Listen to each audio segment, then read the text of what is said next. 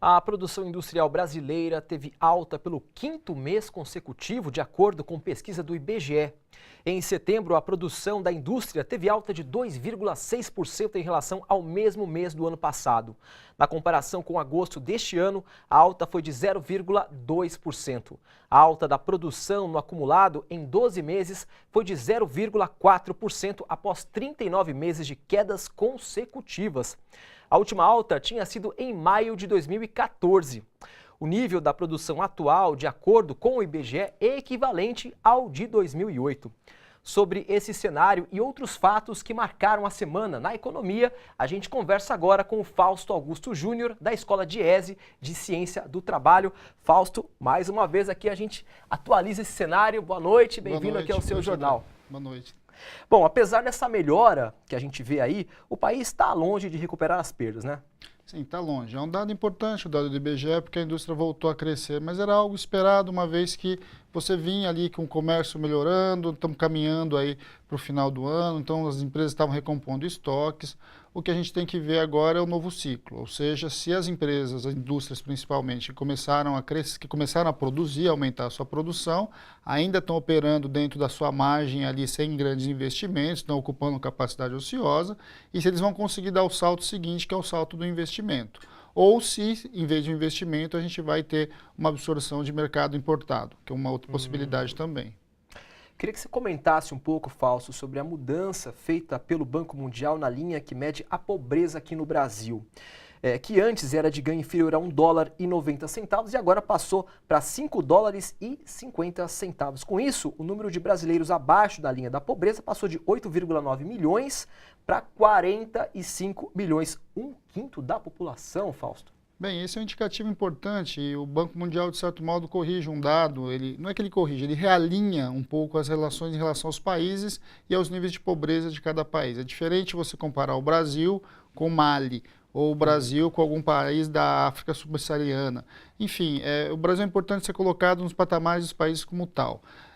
Se a gente está falando de R$ 5 por dia, nós estamos falando de muito pouco ainda, nós estamos falando de famílias que estão vivendo aí na faixa de R$ 35 por semana. Então nós estamos falando que um conjunto grande, um quinto da população brasileira, vive com isso por mês. É um dado muito, muito grave, ele vai mostrando a desigualdade desse país e que nos últimos 2 anos se intensificou. Então é algo para a gente começar a pensar em políticas ativas de modo a melhorar essa capacidade. O que não é o que a gente está vendo agora com o atual governo.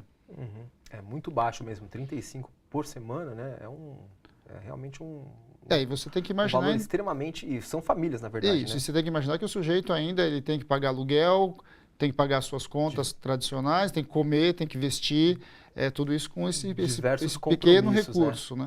Bom, a situação já é preocupante, o governo reduziu a previsão de reajuste do salário mínimo no ano que vem, caiu de R$ 969 para R$ 965 e pode parecer pouco, mas isso causa impacto, né, Fausto?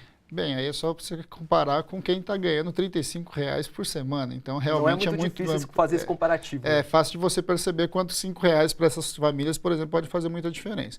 Agora, é importante deixar claro também que a questão do salário mínimo ainda é uma projeção, isso está sendo projetado e modificado no orçamento da União, mas o valor exato nós vamos saber só no final do ano, só no começo do ano que vem, quando você fecha o índice de inflação.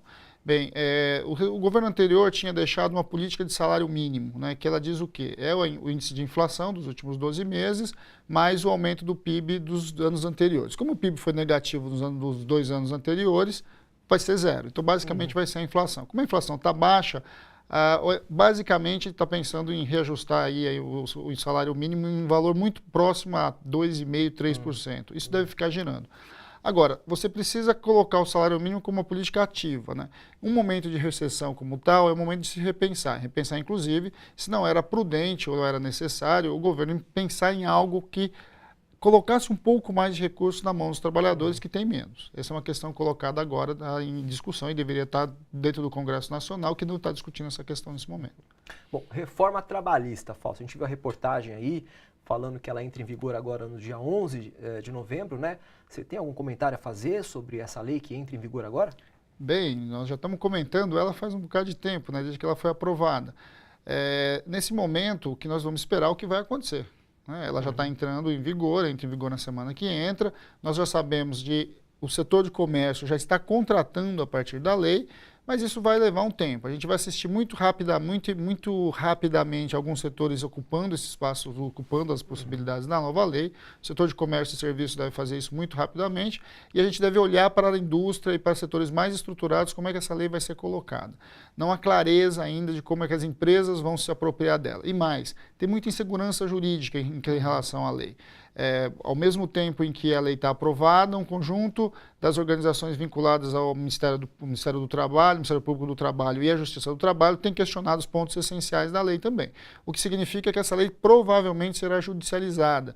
O que significa que você implanta a lei, mas não necessariamente ela tem tranquilidade jurídica. Algo que, por exemplo, quem defendia a reforma dizia que buscava tranquilidade jurídica. E nós vamos ver aí nos próximos anos, é uma grande intranquilidade jurídica ainda, e com isso precarizando e dificultando ainda mais a vida do trabalhador.